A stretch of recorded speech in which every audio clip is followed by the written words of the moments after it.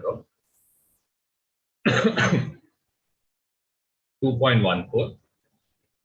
अब 2.14 में यहाँ पे क्या बोला है कि हमें H एटम को आयोनाइज करना है, लेकिन कहाँ से कहाँ?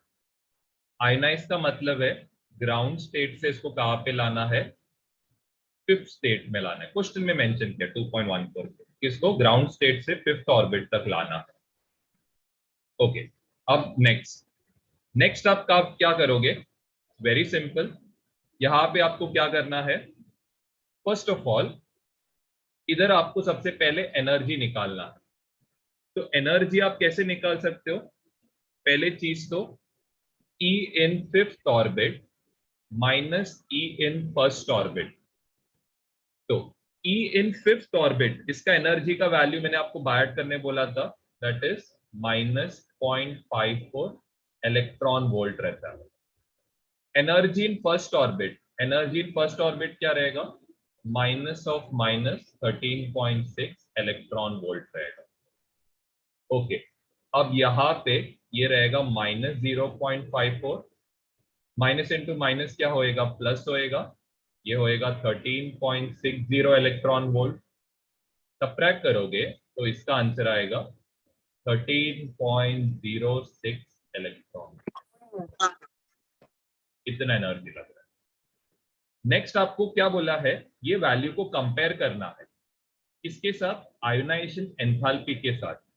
तो आयोनाइजेशन एंथैल्पी मतलब क्या कि ग्राउंड स्टेट से आप उसको कहाँ पे लेके जा रहे हो? n इक्वल टू इंफिनिटी पे लेके जा रहे हो, मतलब उसको एक फ्री इलेक्ट्रॉन में कन्वर्ट कर रहे हो। तो ये रहेगा E इंफिनिटी माइनस E1। इसका एनर्जी आपको पता है, ये तो जीरो ही रहने वाला है। E इंफिनिटी ये जीरो है। एनर्जी इन फर्स्ट ऑर्बिट ये कितना रहेगा? 13.6 इलेक्ट्रॉन वोल्ट। इन दोनों को ऐड करोगे तो ये रहेगा 13.6 इलेक्ट्रॉन वोल्ट। तो ज्यादा एनर्जी किस में लग रहा है? ऑफ कोर्स आयोनाइज करने को ज्यादा लगेगा। तो ये हो गया 2.14। अब नेक्स्ट है 2.15। क्या कैलकुलेट करने बोला है? Maximum number of emission lines from excited electron of H atom in n equal to 6। यहाँ पे बोला गया है n का वैल्यू 6 है, इसका हमें क्या कैलकुलेट करना है? ओके, एक और चीज बोला है, it is dropping to ground state, मतलब n इक्वल टू 1 पे जा रहा है, 6 से लेके 1 तक। ओके, तो इसका मैंने आपको फॉर्मूला दिया था directly, maximum number of spectral line अगर आपको कैलकुलेट करना है तो इसका फॉर्मूला है n इंटू n-1/2 रहेगा। तो ये n का वैल्यू तो 6 दिया है, n-1 किया तो ये 5 होएगा, डिवाइड बाई 2 करोगे तो ये कितना आएगा? 15 लाइंस एमिट। ये था 2.14। अब 2.16 में क्या बोला है?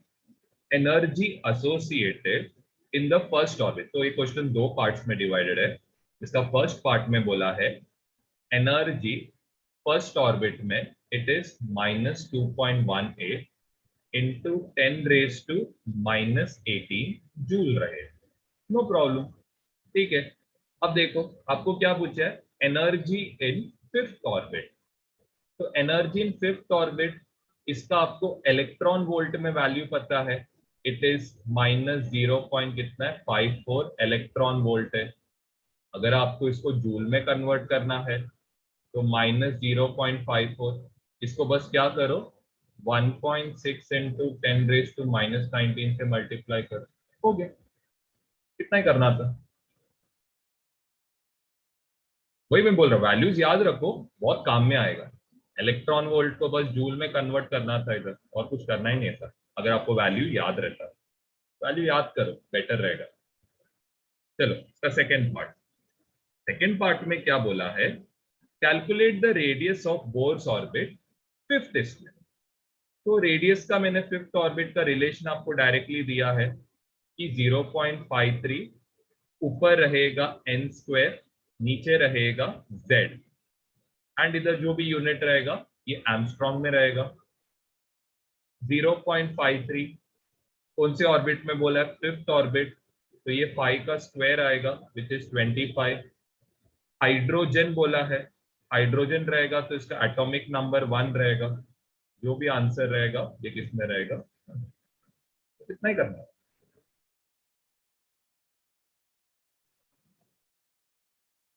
चलो नेक्स्ट क्वेश्चन में क्या बोला है? 2.17 में लॉन्गेस्ट वेवलेंथ बोला है, मतलब बेसिकली आपको लैम्डा मैक्स कैलकुलेट करना है इसके लिए, बामर सीरीज के लिए। तो एल बी पी, तो मतलब बामर का N1 का वैल्यू मैंने बोला ये हमेशा फिक्स रहता है, N1 इक्वल टू 2 रहेगा।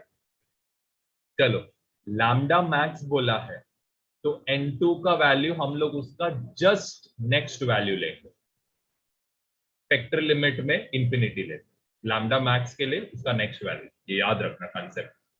ठीक है, वेवलेंथ निकालना है तो इसके लिए भी वेव नंबर का रिलेशन, तो यहाँ पे आएगा आर एच, ये रहेगा 1/N1 स्क्वायर, तो ये तो 4 होएगा।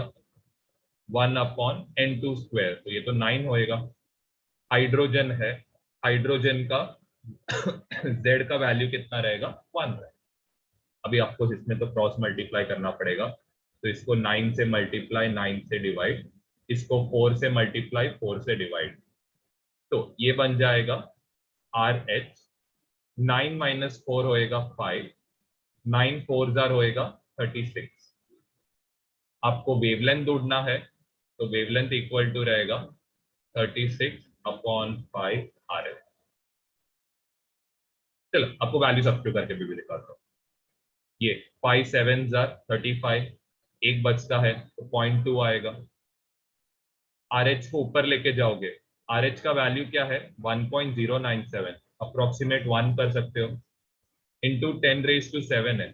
10⁻⁷ को लिखो तो आंसर क्या रहेगा? 7.2। 10⁻⁷ ऊपर गया तो 10⁻⁻7 रहेगा। वेवलेंथ का यूनिट क्या रहता है? मीटर। हो गया, अगर आर एच का वैल्यू सब्स्टिट्यूट करना है तो ऐसे कर सकते हो। गया, इतना ही था। चलो 2.18। अब 2.18 में हमें क्या बोला है? What is energy in joules? ठीक है, एनर्जी इन जूल्स कैलकुलेट करना है कितना है करके। Required to shift an electron first Bohr orbit से उसको फिफ्थ बोर ऑर्बिट पे लेके जाना है। फिर हमें क्या कैलकुलेट करना है? उसका वेवलेंथ भी कैलकुलेट करना, कितना रहेगा उसका wavelength. When energy returns to ground state, मतलब नीचे आने पे एनर्जी कितना रहेगा। बहुत सिंपल क्वेश्चन। देखो फर्स्ट आपको एनर्जी जो एमिट हो रहा है या फिर ऑब्जॉर्ब हो रहा है वो कैलकुलेट करना है। तो एनर्जी यहाँ पे क्या करोगे? Fifth orbit minus first orbit आएगा। एनर्जी इन फिफ्थ ऑर्बिट, ये तो -0.54 है। एनर्जी इन फर्स्ट ऑर्बिट ये तो 13.6 है। सबट्रैक्ट कर दो ये वैल्यूज को, ये +13.6 होएगा, सबट्रैक्ट करोगे तो ये होएगा 13.04। लेकिन प्रॉब्लम क्या है? आपको जूल में चाहिए, तो इलेक्ट्रॉन वोल्ट को कन्वर्ट कर दो,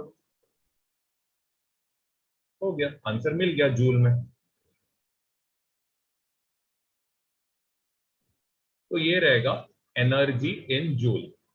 आपको क्या कैलकुलेट करने बोला है? वेवलेंथ। बहुत ही सिंपल है, एच सी बाय लैम्डा। इसका एनर्जी के बदले आप h c by lambda substitute कर सकते हो। यहाँ पे आएगा 13.04 को 13 ले लो, इसको आप 16 ले लो, इंटू 10⁻⁻19। 16 लिया तो नीचे 10 से मल्टीप्लाई करना पड़ेगा, डेसिमल हटाने। एच सी का वैल्यू ये आपको पता रहना चाहिए, lambda equal to 10 into h c का वैल्यू क्या रहेगा? 20 इंटू 10⁻⁻26 होएगा। अपॉन क्या रहने वाला है?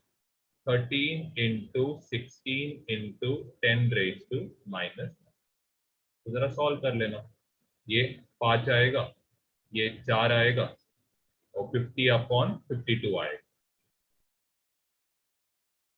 10⁻⁻19 ऊपर गया तो +19, -26 से +19 हटाएगा तो 10⁻⁻7 यूनिट क्या रहेगा।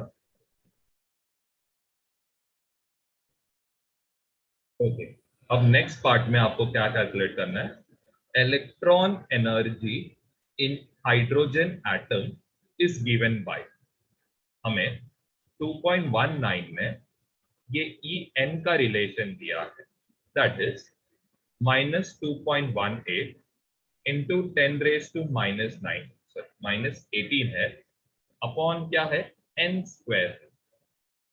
आपको क्या कैलकुलेट करने बोला है, energy required to remove an electron completely from n equal to 2, मतलब जब n का वैल्यू 2 रहेगा तो कितना एनर्जी आपको लगेगा।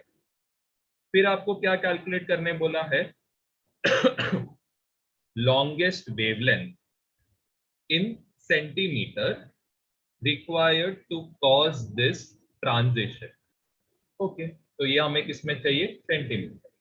चलो ढूंढ के निकालते। सबसे पहले आप क्या करो, एनर्जी ढूंढ निकालो। तो ये क्या आएगा, -2.18 इंटू 10⁻⁻, क्या आएगा -18। एन का वैल्यू हमें क्या लेना है, 4 लेना है, क्योंकि 2 का स्क्वायर कितना होता है 4। इसको जरा डिवाइड करो, इसको आप क्या करो 220 लो, डेसिमल क्या दो जगह है तो इसको 10⁻² ले लो, यहाँ पे 4 लेना, ये रहेगा 10⁻⁻18। ये 4 और ये कैंसिल, यहाँ पे आएगा 45, ये होएगा 45 इंटू 10⁻⁻6, तो -20 होएगा, सॉरी, क्योंकि 10⁻², ऊपर गया तो 10⁻⁻2 होएगा। इसका जो भी आंसर रहेगा ये किसमें रहेगा, जूल में रहेगा। ठीक है, तो ये हमने कैलकुलेट किया कि एनर्जी कितना लगेगा इलेक्ट्रॉन को कंप्लीटली रिमूव करने। अब नेक्स्ट पार्ट में क्या बोला है, मैक्सिमम वेवलेंथ बोला। मैक्सिमम वेवलेंथ आपका यहाँ पे n का वैल्यू कितना है, 2 है, तो ये आपका क्या रहेगा, n1 रहेगा। आपको अगर मैक्सिमम वेवलेंथ चाहिए तो n2 का वैल्यू आपको क्या लेना पड़ेगा, 3 कंसिडर करना पड़ेगा, क्योंकि लैम्डा मैक्स बोला है। चलो फॉर्मूला अप्लाई करते, वेव नंबर इक्वल टू 1/λ, यहाँ पे आएगा रिडबर्ग कांस्टेंट, ये होएगा 1/n1²। n1 का वैल्यू लोअर रहता है तो ये 2² होएगा, 1/3² होएगा, और यहाँ पे रहेगा z। z यहाँ पे क्या है, हाइड्रोजन एटम का बात चल रहा है, तो z का वैल्यू क्या लोगे, 1। वापस ऐसे टाइप का क्वेश्चन ऑलरेडी अभी किया था जस्ट, तो ये RH होएगा, 9 - 4 होएगा 5, 9 इंटू 4 होएगा 36, ये रहेगा 1/λ। लैम्डा आपको कैलकुलेट करना है, तो ये रहेगा 36/5 r²। हो गया। लेकिन ये आपको जो आंसर आएगा ना, ये किस में आएगा, सेंटीमीटर में आएगा, सॉरी मीटर में आएगा। तो ये होएगा 7.2 इंटू यहाँ पे रहने वाला है 10⁻⁻7 रहेगा, और ये मीटर है। अगर मीटर को सेंटीमीटर में करना है तो 1 मीटर रहता है 10⁻² सेंटीमीटर। हो गया, इतना ही था, तो सेंटीमीटर में भी कन्वर्ट कर लिया, तो ये कितना आएगा, 7.2 इंटू 10⁻⁻5। डाउट है तो ये करेक्शन जस्ट कर लेना यहाँ पे।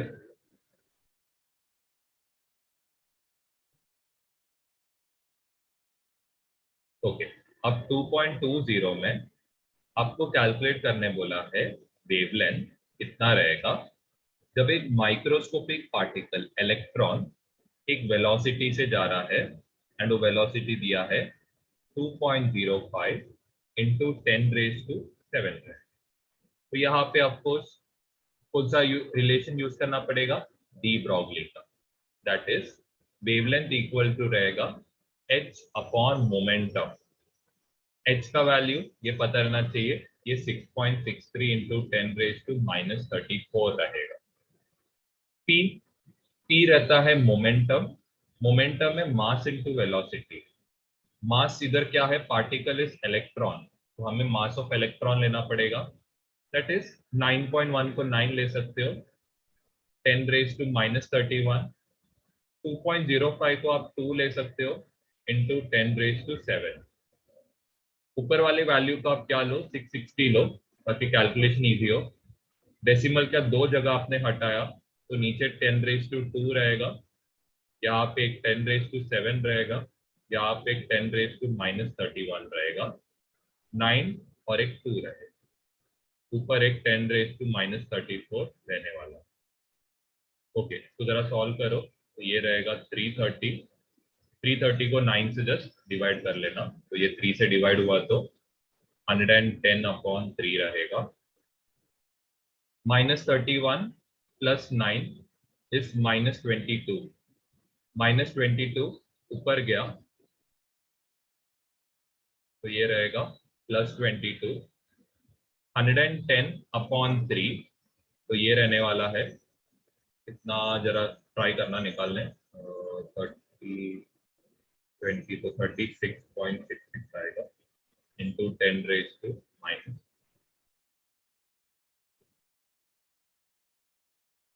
तो ये हो गया 2.20। अब नेक्स्ट है 2.21। 2.21 में क्या दिया है, मास ऑफ इलेक्ट्रॉन दिया है, दैट इज 9.1 इंटू 10, ये तो बायट भी रहना चाहिए। काइनेटिक एनर्जी दिया है, ये 3 इंटू 10⁻⁻25 और यूनिट जूल दिया। हमें क्या कैलकुलेट करना है, वेवलेंथ कैलकुलेट करना है।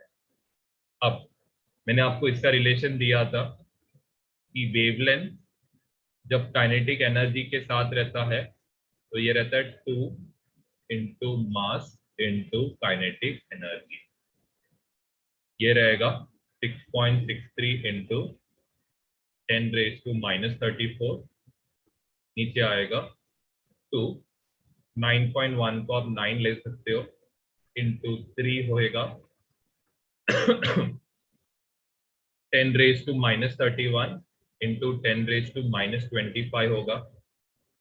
6.63 को आप 660 ले लो इंटू 10⁻34। ओके, 2 का स्क्वायर रूट अगर करोगे तो 1.4 आएगा, 3 का स्क्वायर रूट करोगे तो 1.73 आएगा, 9 का स्क्वायर रूट करोगे तो 3 आएगा, 10⁻31 10⁻25 करोगे तो 10⁻56 होएगा, -56 का हाफ करोगे तो 10⁻28 होगा। इसको जरा आप कैलकुलेट करना पड़ेगा, ये 3 और ये कैंसिल तो ये होएगा 220, ये तो एटलीस्ट कर सकते हो, ये 220 हुआ, इसका डेसिमल हटाओ तो ऊपर एक 10⁻2 आएगा, 10⁻34 10⁻28 होएगा। जरा सॉल्व करके देखना कितना आ रहा है, तो 10⁻2 -32 और 28 इज 10⁻4 आएगा, जो भी आंसर है। और यूनिट क्या रहेगा, मीटर। यहाँ पे 2.33। अब 2.33 में आपको क्या दिया है, ट्रांजिशन ऑफ हाइट, मतलब in the transition of hydrogen spectrum would have the same wavelength as Balmer transition, देखो in helium plus, ध्यान देना यहाँ पे क्वेश्चन क्या मेंशन कर रहा है कि हीलियम प्लस में ट्रांजिशन कहां से कहां हो रहा है, 4 से 2 की तरफ हो रहा है, और ये कुछ तो एक वेवलेंथ निकालेगा बाहर। आपको पूछा है ये जो वेवलेंथ बाहर निकलेगा ये हाइड्रोजन में ऐसा कौन सा इसमें रहेगा, कौन से ट्रांजिशन में होएगा जिसमें ये जो वेवलेंथ बाहर निकल रहा है दोनों क्या रहेगा, बराबर रहेगा। अब देखो मैंने क्या बोला था, जब आप हाइड्रोजन से हीलियम जाते हो तो आप क्या करते हो, मल्टीप्लाई बाय 2 करते हो, लेकिन जब आपको उल्टा जाना है हीलियम से हाइड्रोजन, तो आप क्या करोगे, ये जो 2 है इसको डिवाइड बाई 2 करो तो यहाँ पे 1 आएगा, ये जो 4 है इसको डिवाइड बाई 2 करो, कितना आएगा 2। तो हाइड्रोजन में ऐसा कौन सा ट्रांजिशन है जो सेम वेवलेंथ देगा, 2 से लेके 1। यहाँ पे आपका N2 का वैल्यू 2, N1 का वैल्यू, ये आपको मैंने शॉर्टकट मेथड बताया था। चलो नेक्स्ट है 2.34। अब 2.34 में क्या बोला है, calculate the energy required for the process. ठीक है, प्रोसेस क्या है कि He+ जो है इसको आप क्या कर रहे हो, He2+ में कन्वर्ट कर रहे हो, एक इलेक्ट्रॉन फ्री इलेक्ट्रॉन में कन्वर्ट कर रहे हो। एक फ्री इलेक्ट्रॉन आ रहा है, इसका मतलब आप क्या कर रहे हो, आयोनाइज कर रहे हो। ठीक है, चलो ये आयोनाइज हो गया। द आयोनाइजेशन एनर्जी, अब इसमें हम लोग क्या बोला है, कितना एनर्जी लगेगा। क्लियर है। चलो तो फर्स्ट चीज यहाँ पे आपको क्या कैलकुलेट करना है, आयोनाइजेशन एनर्जी। तो आयोनाइजेशन एनर्जी आपको मैंने बताया था, ये रहता है E∞ माइनस क्या रहेगा E1। E∞ आपको पता है ये क्या रहने वाला है, 0। यहाँ पे ये रहेगा, एनर्जी का रिलेशन आपको दिया था, तो एनर्जी का रिलेशन रहेगा माइनस, यहाँ पे क्या आएगा -13.6। अब इधर डायरेक्टली वैल्यू सब्स्टिट्यूट क्यों नहीं कर सकते, क्योंकि ये हीलियम है। हीलियम रहेगा तो आपको Z का वैल्यू सब्स्टिट्यूट करना पड़ेगा, और ये डिवाइडेड बाय क्या रहेगा, n²। जो भी आंसर रहेगा ये किस में रहेगा, इलेक्ट्रॉन वोल्ट में रहेगा। माइनस इंटू माइनस होएगा प्लस 13.6 Z²। हीलियम है तो हीलियम के लिए Z² क्या रहेगा, 2 का square which is 4।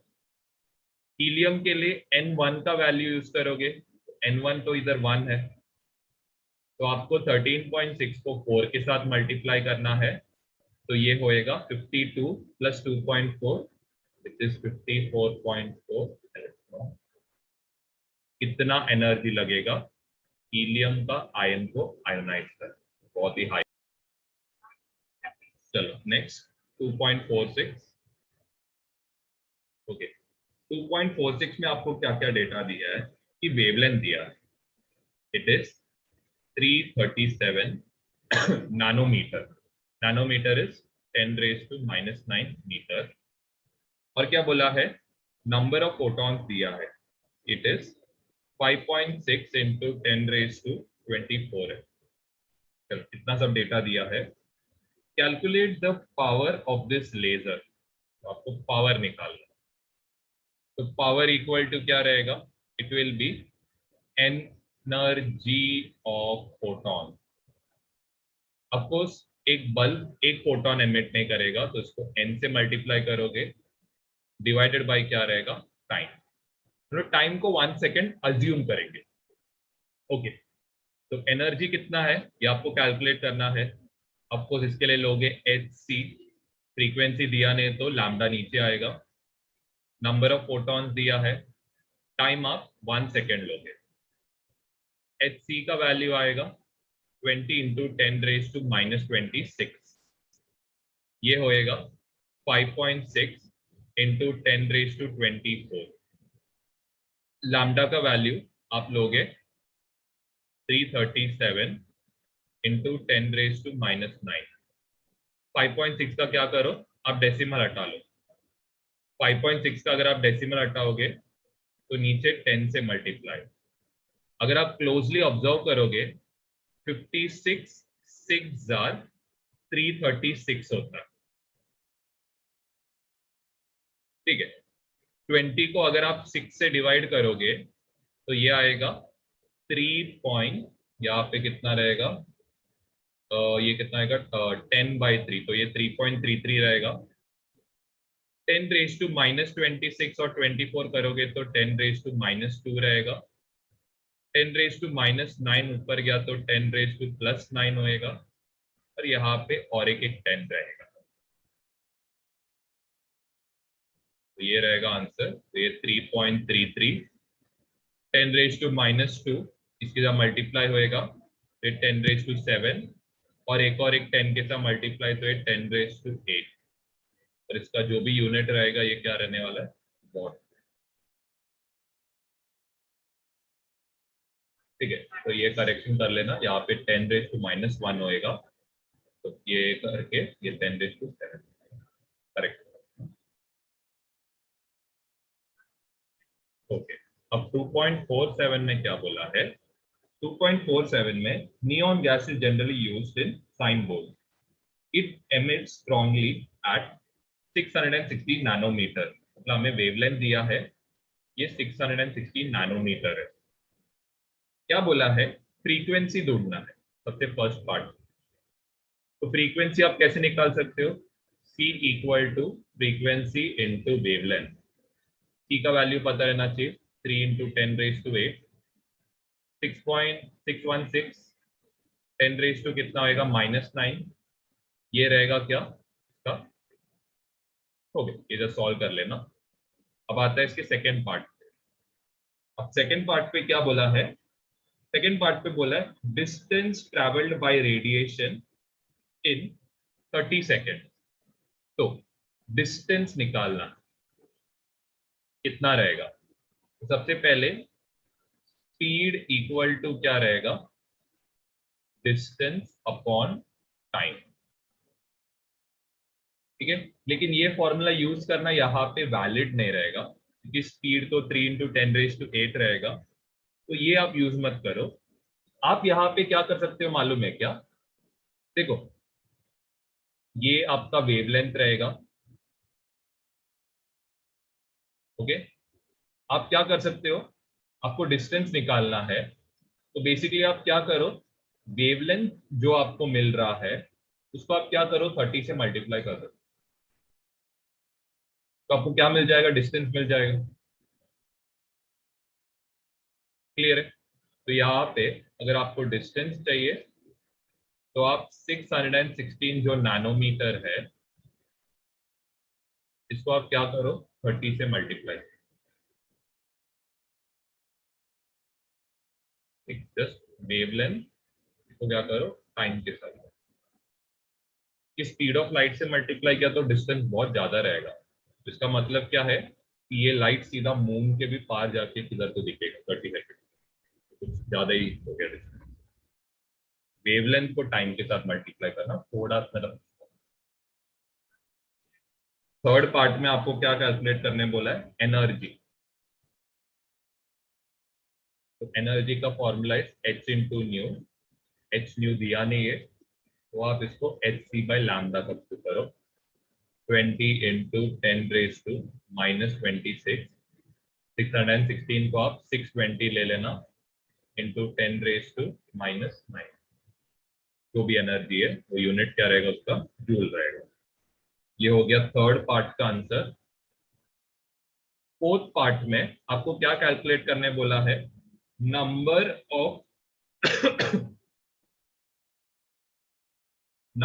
Of quanta present in 2 joule of energy. तो एनर्जी इक्वल टू क्या रहेगा, n इंटू एच न्यू रहेगा। एनर्जी का वैल्यू 2 दिया है, n लिखो, एच न्यू के बदले आप लिख सकते हो hc/λ लिख सकते हो। n आपको ढूंढना है, ये रहेगा 2, hc का वैल्यू रहेगा 20 इंटू 10 रेज टू -26, लैम्डा ऊपर मल्टीप्लाई होएगा तो इसको आप 620 ले सकते हो इंटू 10 रेज टू माइनस, से आपको नंबर ऑफ फोटॉन्स का कैलकुलेशन हो जाएगा।